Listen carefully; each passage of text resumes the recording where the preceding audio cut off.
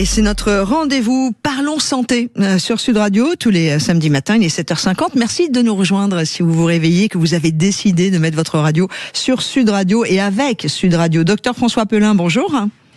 Bonjour. Vous êtes ophtalmologue. J'ai voulu vous avoir ce matin parce que, évidemment, dans quelques jours, le 12 août prochain, il y a l'éclipse qui va attirer tous les regards vers le ciel. Évidemment, regarder le soleil, même partiellement caché, ça peut abîmer nos yeux à vie. Je voudrais qu'on en parle et pas qu'on parle que de cette éclipse, mais que l'on parle évidemment, juste après, du rapport des yeux avec le soleil de l'été, de l'hiver, du soleil en général. Parlons de l'éclipse du 12 août. Quelles sont les règles de base pour bien protéger nos yeux ce jour-là? Alors, l'éclipse du 12 août qui survient en fin de journée, il faut faire attention. On peut penser que le soleil est en train de décliner, c'est pas grave, on peut regarder avec les yeux sans lunettes, et c'est faux. Il faut absolument avoir des lunettes, et pas des lunettes foncées, mais ce sont des lunettes qui sont spécifiques pour l'éclipse, c'est-à-dire qu'il ne faut pas utiliser les lunettes de soleil qu'on utilise dans la journée. Ce sont des lunettes qui sont vendues aussi bien chez les opticiens que les pharmaciens ou même en ligne, et elles ont eu un marquage CE et une norme ISO. Alors je suis désolé du chiffre, c'est 12312-2, et sur la boîte des lunettes, il faut vraiment qu'il y ait cette norme d'indiquer pour être sûr qu'on peut regarder l'éclipse avec. Et j'aurais une attention toute particulière pour les enfants, parce que les enfants ont un cristallin particulièrement transparent et ils ont plus de risques en regardant l'éclipse que les adultes. Donc il faut être extrêmement prudent avec les enfants, qu'ils regardent vraiment l'éclipse avec des lunettes qui sont spécifiques à cet événement. Ça c'est très très important, on va vraiment insister, tout le monde en parle, mais vraiment faut insister parce que les dégâts peuvent être irrémédiables.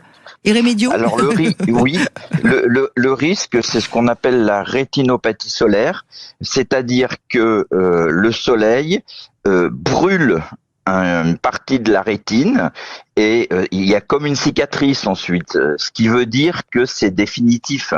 Ça revient pas en arrière, c'est une cicatrice indélébile. Voilà. Donc vraiment, c'est pas de la rigolade et il faut vraiment mettre ces lunettes tout à fait spécifiques. Si on quitte ce grand rendez-vous du 12 août prochain, la France, on sera bien placé, avec le nord qui sera à peu près à 92%, et puis plus on descendra vers le sud et vers l'Espagne, où elle sera à 100%, plus on aura un pourcentage élevé pour vivre cette éclipse. Je voudrais que l'on parle, au-delà de cette éclipse, des vrais dangers du soleil sur nos yeux tout au long de l'année, et évidemment particulièrement l'été.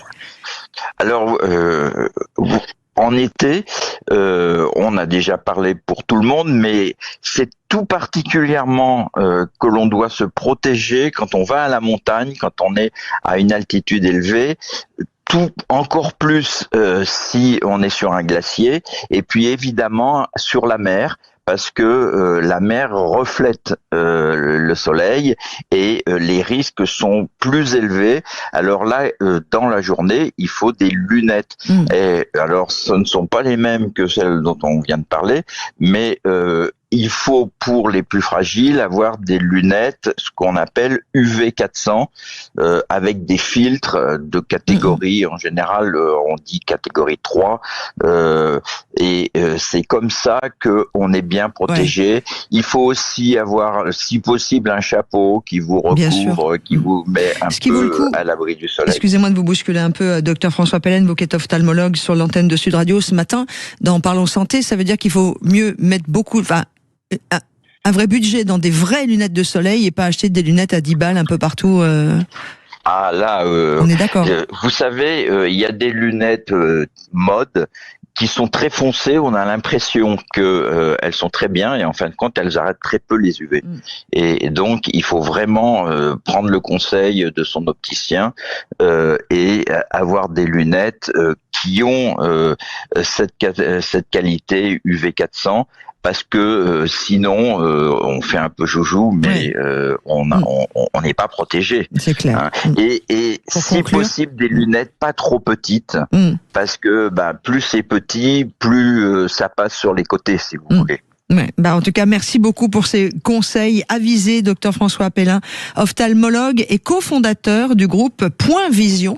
On vous retrouvera prochainement puisqu'on sait qu'on peut compter sur vous sur Sud Radio. Bon week-end à vous et protégez vos yeux, bon week-end. quoi qu'il en soit.